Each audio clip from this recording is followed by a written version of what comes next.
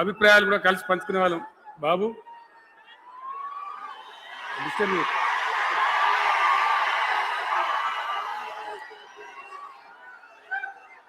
మంది లొల్లి పెట్టడం కూడా కాదులా వాను.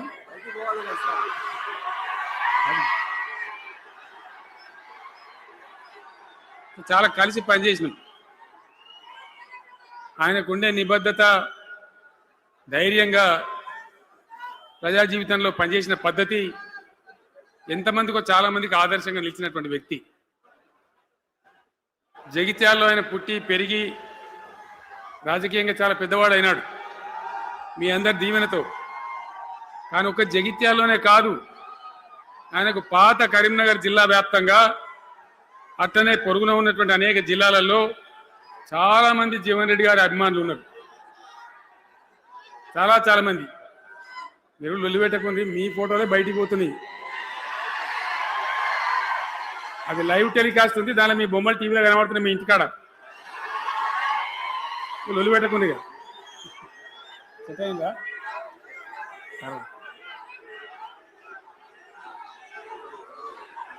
సో అట్లా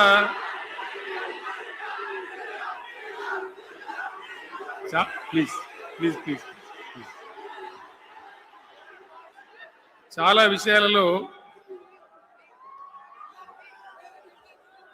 ఆయన ఎంతో మందికి ఆదర్శంగా నిలిచినాడు, పనిచేసినాడు. ఈ ప్రాంతం గురించి తన ప్రాణం పెట్టి పనిచేసినాడు. ఆయన మంత్రిగా ఉన్నా, ఇంకో హోదాలో ఉన్నా, ఎమ్మెల్యేగా ఉన్నా, ప్రతిపక్షంలో ఉన్నా తన ఏరియా అభివృద్ధిని ఏనాడు కూడా ఆయన విస్మరించలేదు. లేకపోతే అన్ని పర్యాయాలు మీరు ఎందుకు గెలిపించారు, ఎందుకంత గుండెల్లో పెట్టుకున్నారు?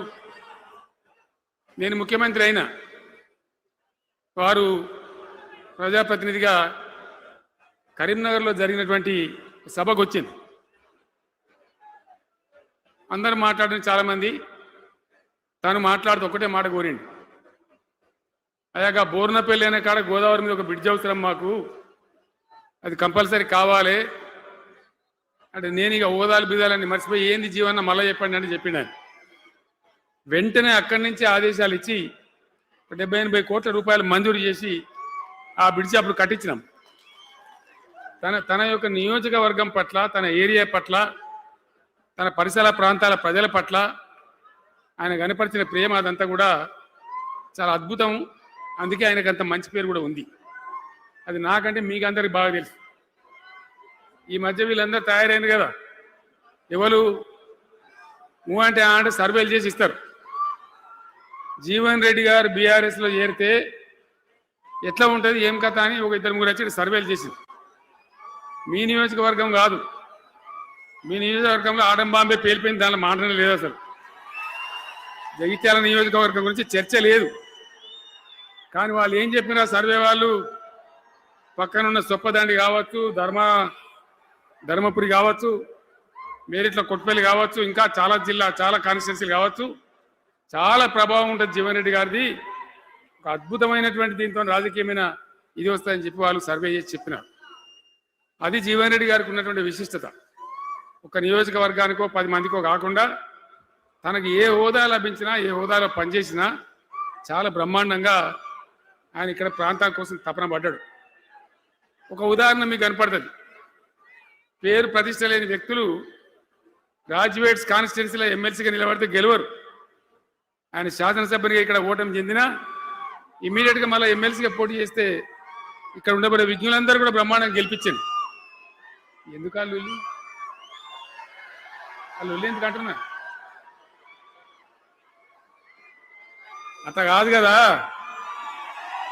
ఇక్కడ నేను మొత్తుకుంటున్నా, అక్కడ నువ్వు మొత్తుకుంటున్నావు, అర్థమవుతుందా?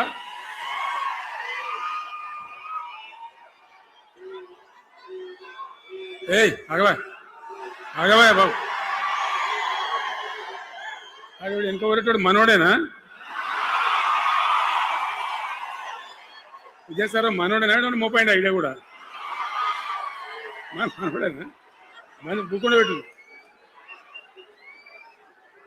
ఇంత దూరం వచ్చి మనం ఇంత సభ పెట్టుకొని 4 విషయాలు ప్రజలకు చెప్పుకోవాలి కదా. ఈ బట్టి అరుపులరిస్తే ఏం లాభం? సో అట్లా జీవన్ రెడ్డి గారు తన రాజకీయ ప్రస్థానాన్ని ఒక సమితి ప్రెసిడెంట్గా ప్రారంభించి ప్రజా సమస్యల మీద పోరాటం చేసి సివిల్ లిబర్టీస్లో కూడా అడ్వకేట్గా నాడు ఎంతో మందికి పౌర హక్కుల సంఘానికి కూడా మద్దతు ఇచ్చి అచ్చమైన నికార్సైనటువంటి ప్రజా కార్యకర్త నిరూపించుకొని అంచెలంచెలుగా ఎదిగి ఇంతకుముందే ఆయన చెప్పినట్టుగా అనేకమైనటువంటి పదవులు ఆయన చూసినాడు. పదవులైన కొత్త కాదు, బ్రహ్మాండంగా శాసనసభ్యుని గెలవడం, మంత్రి పదవులు అలంకరించడం, అనేక రంగాలలో అనేక రకాలుగా పనిచేయడం అంతా కూడా మీకు తెలుసు. నేను కొత్తగా చెప్పే అవసరం లేదు. నేను ఒక్కటే మాట మీకు మనవి చేస్తా ఉన్నా. జీవన్ రెడ్డి గారు నేను మొన్న కలిసినప్పుడు ఒక మాట అనుకున్నాం. మేము ఎట్లా ముందుకు పనిచేద్దాం ఏంది, మేము ఇద్దరు మూలకోలం అనుకొని ఒక కుటుంబంలో అన్నదమ్ములాగా పనిచేద్దామని చెప్పిన నేను. ఇంత ప్రేమగా అంటే మనం కుటుంబం లాగా ఈ పార్టీకి బ్రహ్మాండమైన ఒక పిల్లర్స్ లాగా పనిచేసి ముందుకు తీసుకొని పోదామని చెప్పి నేను చెప్పడం జరిగింది. ఈరోజు పార్టీలో వారు చేరిన వెంటనే చాలా బ్రహ్మాండమైనటువంటి మనకు ఒక ఊపు వస్తూ ఉంది.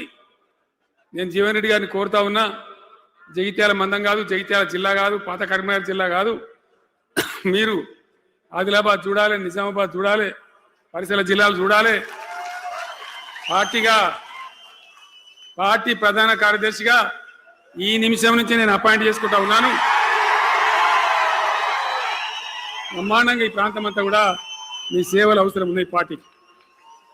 అదే కాదు, 600 ఏది ఏమైనా ఏమవుతుంది, 100% మళ్ళా బీఆర్ఎస్ గవర్నమెంట్ వస్తుంది.